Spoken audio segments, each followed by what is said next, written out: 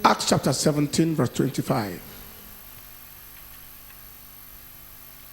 Neither is worship with men's hands, talking about God, as though he needed anything, seeing he giveth to all life and breath and all things. I'm looking at the facts of life. God is not worshipped with men's hands as though he needed anything, but seeing he giveth to all life and breath and all things. What is life all about? The worst thing that can happen to anybody is to be living and does not know the reason why he's alive. Sleep every night, wake up every morning to no purpose. It's a tragedy of life. Please understand these three things. First, when the purpose of life is not understood, life ends with regrets. When the purpose of life is not understood, life ends with regrets. There are many people today, at the end of their journey, they are full of too many regrets. I wished I did this, I wish I didn't do that. When the purpose of life is not understood, life ends with regrets. Secondly, when the purpose of life is not understood, life is lived as a burden. When the purpose of life is not understood, life is lived as a burden. You see people, at times, just what's the aim of this life? It's burdensome.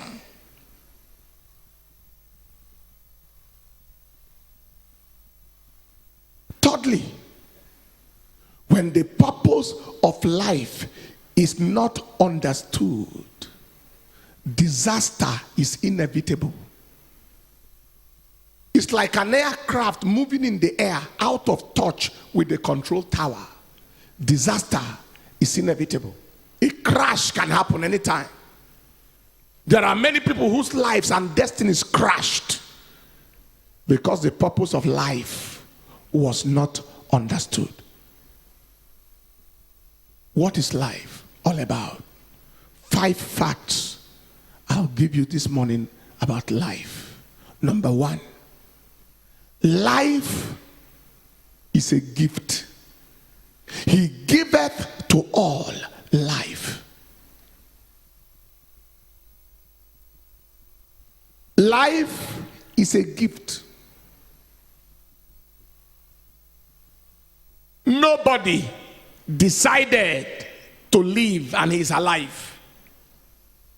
Life is a gift.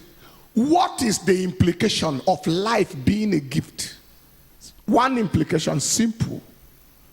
Life must be used to the pleasure of the giver. If it is a gift, then it must be lived to the pleasure of the giver. How excited would you be, brothers and sisters?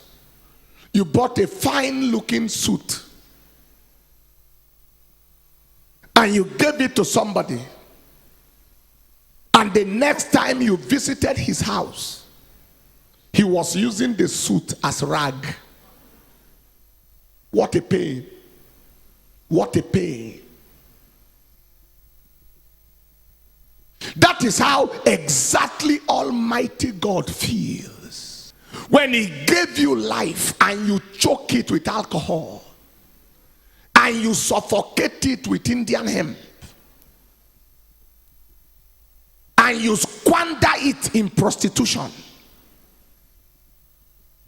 And instead of advertising God with your body, you advertise the flesh and usher people into distraction and destruction. It must be used to the pleasure of the giver.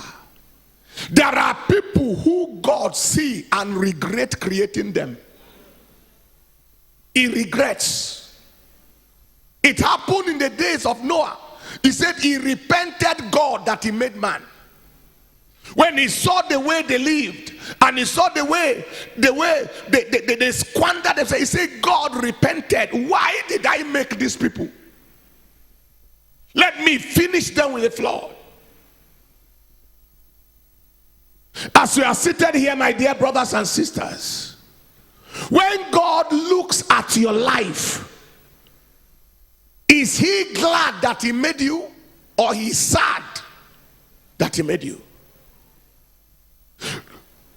Does it excite God that he did not waste his resources and his time creating you, or it repents God? That was Genesis 6 and in verse 5 and 6. And God saw that the wickedness of man was great in the earth, and that every imagination of the thoughts of his heart was only evil control. And it repented the Lord that he had made man. That is in the days of Noah.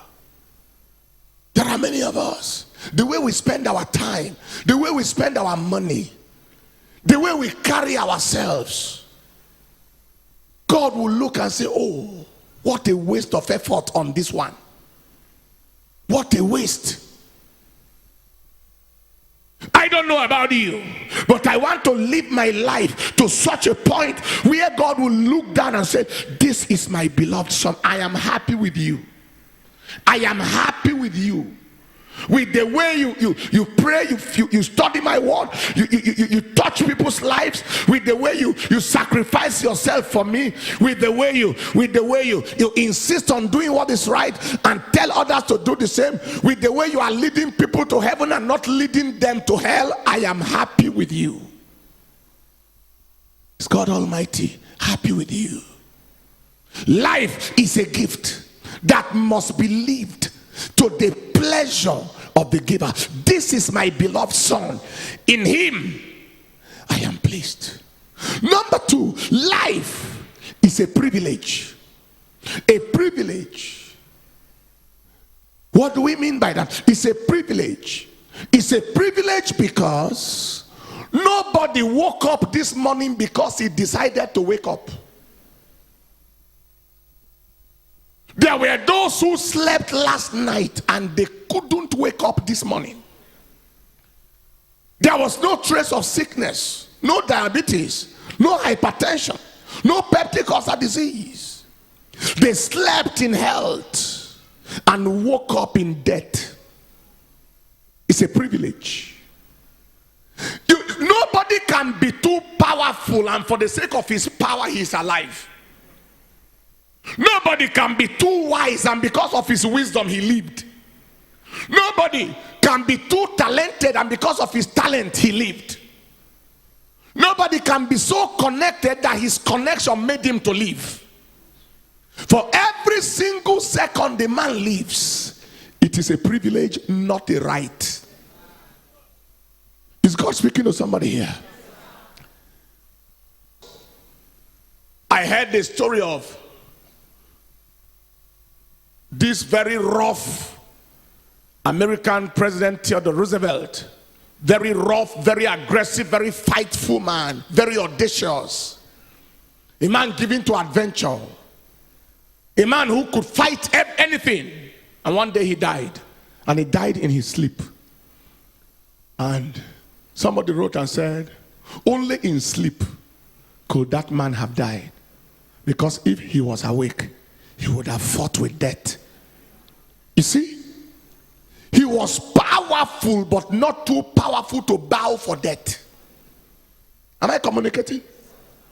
Medical professor carried his resident doctors and if you have ever been to a teaching hospital, you see how a professor is moving and consultants are moving with him and residents and doctors in training and then undergraduates, everybody moving along. And one day he had some slight abdominal condition. And he did an ultrasound on himself and realized it was hepatocellular carcinoma. And he told them, oh, this is the diagnosis. Bye, all of you. He has been a doctor and a professor for years. He hasn't seen anybody survived it. So he wished them bye and bowed to death. Despite his medical knowledge, he couldn't help himself. Take your seat. It's a privilege. Because even doctors who treat others die too. I was in the teaching hospital at a point during my housemanship, and a doctor more senior than me in the same teaching hospital was sick of fever and had typhoid perforations and died inside teaching hospital under the nose of consultants and professionals and specialists in all fields. Under their nose, himself being a professional, typhoid perforated his intestines. He was gone. It's a privilege. I told you the story of before, the story before of Alexander the Great. When he died, they carried him everywhere. He was with one of the Nebuchadnezzars. And then when they did everything to make him leave and he could not leave, Alexander the Great, he told his army generals, he said, it's obvious that I'm going to die. But before I die, I ask that you do 3 things for me. And his general said, General, we can do anything for you. So what are those things? Number 1, he said, when I die, let my doctors carry me on their shoulder to the graveyard and bury me there. Number 2, let my money and the gold and the diamonds and the pearls and everything I gather from around the world in war, let all of it be poured on the ground between the house and the grave. And number 3, let them bury me with an open hand. That's, he is buried and his hands are open. And the general got confused. And they said, you know, sir, that anything you say we should do, we'll do. But what is the meaning of these instructions? And he told them, he said, number 1, let my doctors bury me, carry me on their shoulder, and let the world know that in the day of death, no doctor can save you. That the doctors were watching and I still died. No matter how rich, no matter the kind of consultants you can get, let the world know. See, number 2, pour the money on the ground between the house and the grave to let the world know that that money is not different from the earth. He said, bury me with an open hand to show people that I didn't take anything from here. I came to the world naked and I left naked. I couldn't carry anything from here. What a lesson. What a lesson. What is the meaning of life is a privilege. Life is a privilege means it must never be taken for granted. Take your seat. It must never be taken for granted. Don't keep on saying, what is life all about? Let me die. You just invite death and die for nothing. It must never be taken for granted. It must be lived with appreciation. It must be lived with appreciation. Life is a privilege. Number 3, life is a seed.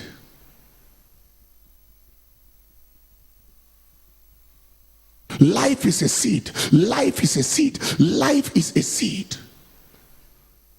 How we live today determines where we end tomorrow. Every act is a seed that is definitely going to produce a harvest. Life is a seed. The way you live is the seeds you are sowing. Living is seeding. Your relationship with your fellow human beings, your character, your lifestyle, they are seeds you are sowing that is definitely going to produce a harvest. Am I communicating? Hear this. How you live in time determines where you end in eternity. People are sowing seeds with their lives. When you lie against your neighbor, you sow the seed that you reap in time and eternity. When you stole money that is not your own, you sow the seed. When you step into somebody's home, push out the woman, marry the man. All right? The woman doesn't deserve the man. You deserve the man more than the woman. You sow seeds that will generate for you harvest in time and in eternity. When you fail the student because she refused to compromise and give you bribe or sleep with you, and you fail them in exam, as if they send them to school for you to destroy their lives, you sow the seed that you are going to reap in time and eternity. When you carry petrol and mix it with kerosene or something in order to increase the profit, you sow the seed that you will reap in time and eternity. When you carry flour that they used to bake and you mix it with cassava to increase its volume, you sow the seed that you reap in time and eternity. When you increase, you reduce your age in order to get job, you sow the seed that you reap in time and in eternity. When you lied so you can get visa, you sowed a seed. Are you hearing what I'm saying here today? People are busy sowing seeds on a daily basis. When you lie against your neighbor at the place of work so you can get favor, you sow the seed so that the person can reduce and you can increase. You sow the seed. When they sent you to buy something for your organization and you increase the price so that you and the seller can share the difference, you sow the seed that your children may not recover from. Because he said, when Naaman the Syrian was healed and Gehazi collected money from Naaman the Syrian, and he was not meant to collect, and he lied, Elisha said, the leprosy of Naaman is on you and your generation. There are people who do things today and implicate their children, even children yet unborn. You sow a seed. When you collect bribe to pervert justice, you sow a seed. A seed that you reap in time and eternity. Am I communicating? Take your seed. Beware how you live, because your living is your seeding. Living is seeding. I think it was in my 5th year in medical school. We're doing word round. I think I can remember the word 15, where I met a young man. This young man had 3 major conditions, and each of them could lead to a person's death. He had number 1, chronic liver disease of alcoholic origin. Number 2, he had constrictive pericarditis, which was also traceable to alcoholism. And number 3, he had pulmonary tuberculosis, all traceable to alcoholism. The young man was 19 years old. 19. He was in Polytechnic. When I spoke with him, he told me he had lived recklessly in a hurry. He could drink 19 bottles of alcohol in one sitting. His living was his seeding, and his multiple organ affliction was his harvest. The liver was affected, major organ. The lung was affected, major organ. The heart was affected, major organ. It was his harvest. I looked at him. I led him to Christ. I said, you wasted your life in a hurry. At a young age, you just finished yourself. But I led him to Christ. And I traveled.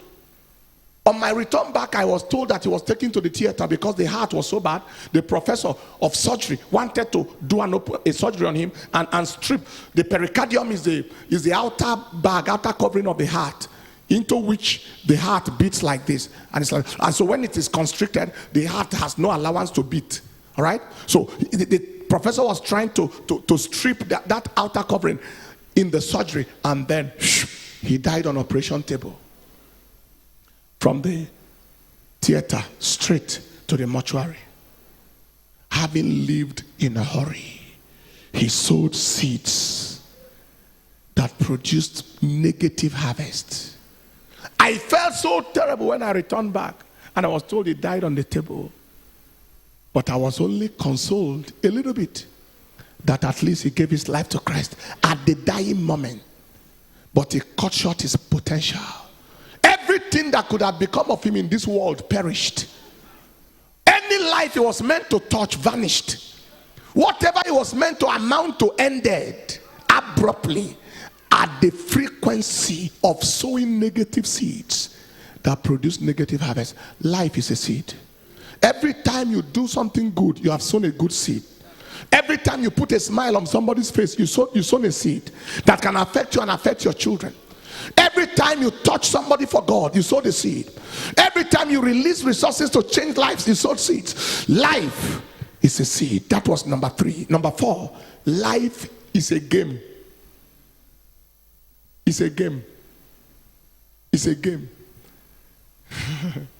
Like a football game. Like volleyball. It's a game.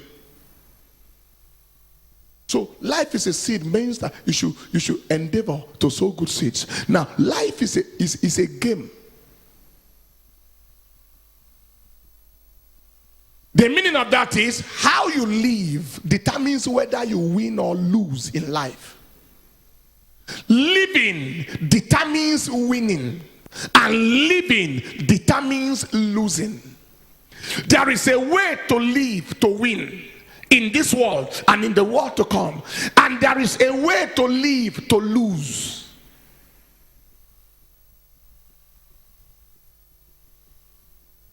Whatever we do in life involves transaction. Esau lived to lose. Jacob lived to win. Just for the satisfaction of his appetite, Esau sold his birthright. He got the meal of a day and lost the right of a lifetime. Am I communicating? That is how it is. Many times we try to gain something and we lose something. It is like you gave 5 naira, you gave 50,000 naira and you got a shoe. What you want to find out is whether the shoe justifies the 50,000. Am I communicating? Am I communicating?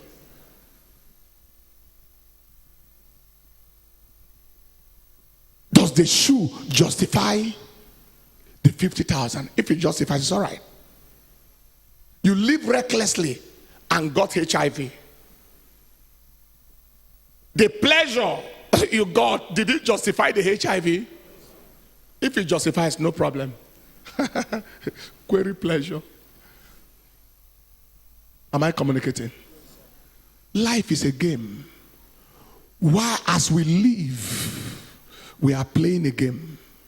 My counsel is, please play to win, not to lose. Play to win. Live to win. Do the things that will make you win, that will make you not a loser in time and a loser in eternity. Play to win. Take your seat. Is anybody following anything here today? I was on call. It was Christmas Day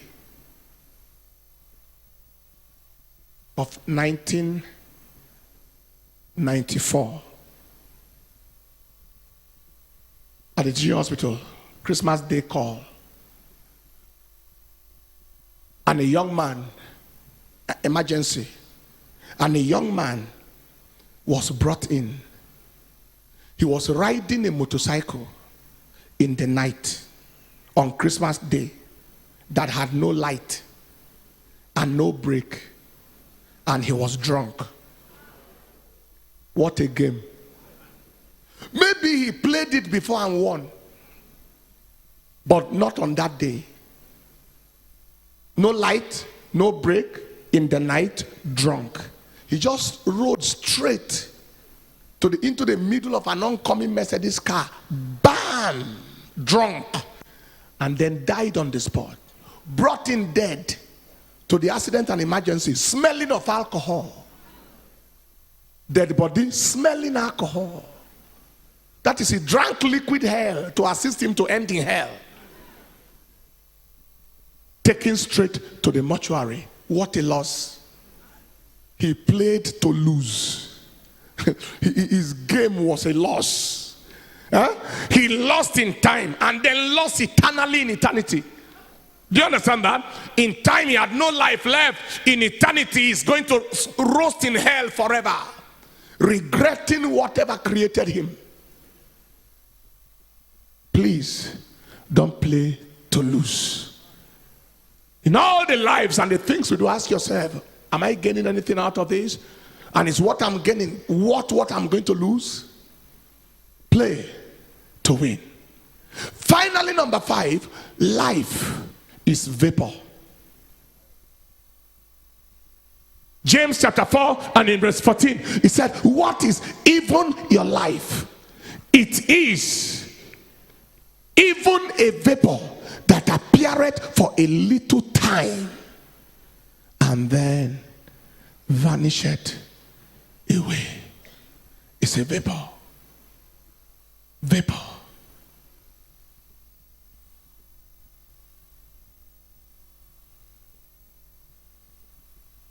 The best of men are men at best. Man, nobody can be so powerful not to be a man, no matter how powerful you are. Vapor that appears for a while. Everyone you see today will go someday. The founder of Apple Computers, who died about 3 or 4 years ago, Steve Jobs, at the age of 54. He went to give a talk somewhere and noticed a symptom in his body. And he realized that it was a terminal symptom.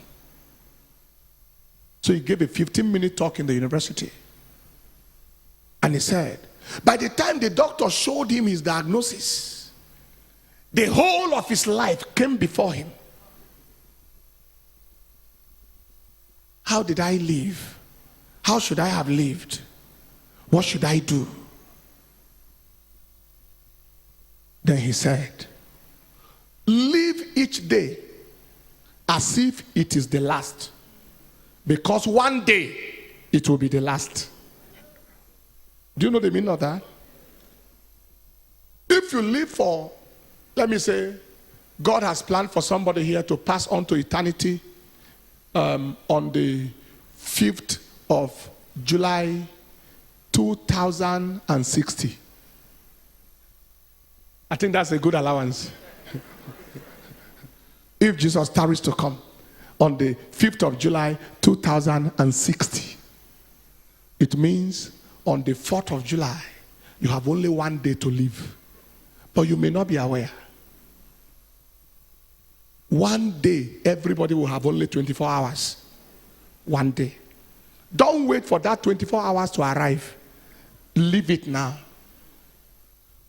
Hello? Somebody told John Wesley, they said to him, if you have 24 hours to live, John Wesley, the founder of the Methodist Church, what would you do with your life if you have only tomorrow to live? He said, I will continue doing exactly what I am doing now.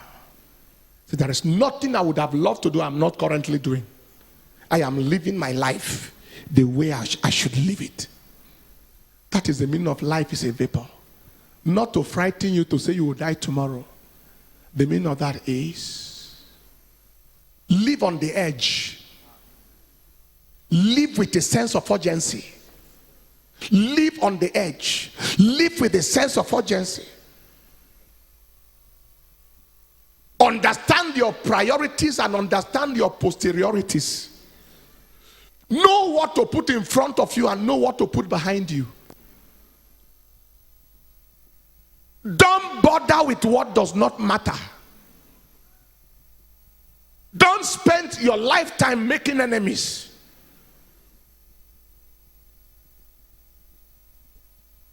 For life is a vapor. And in conclusion, take your seat. Having understood that life is a gift, and life is a privilege, and life is a seed, and life is a game, and life is vapor. What do you do? Number one, ensure quality relationship with your maker continually. Ensure quality relationship. Ensure quality relationship. A relationship where your life is permanently pleasing your maker. Quality relationship with your maker continually. Number two, ensure quality relationship with humanity. Quality. Ensure you have valuable quality relationship with the people of your life. Husband, wife, brother, sister, loved ones. Ensure quality relationship with humanity. Ensure it. Trust God to be more of a people person than more of an anti-people person. And finally, ensure quality impact in life. Quality impact. Be remembered for something good. Do something for somebody who will never forget for life. Do something in the church that the church will remember you permanent. Do something in your generation. Quality impact. Quality impact. Quality impact. Quality impact. I traveled to attend somebody's wedding. And there were people who were there who are wondering, you traveled all the way to attend the wedding and pray for a couple. And we have invited you to preach before. You were not able to come, and you came for wedding. The question is, what is the quality of my relationship with you? Hello? How many of you know that you can visit your mother or your father not because you have business, but because they say come? Yes. Meanwhile, they may invite you somewhere for a business schedule and you don't have the time to go. That's how life is. That's how life is. You may be traveling to America and the person living in the neighborhood, the next person in the next flat is not aware. But your brother in Okigwe, you will have to phone him. Somebody at a distance is aware of your movement. Somebody in proximity is not aware. It's a matter of relationship. What is my business with you? It determines what I can tell you. Take your seat. Quality impact. Let somebody be happy that your mother gave birth to you. To live for self is to live like a slave. To live for self is to end on the shelf.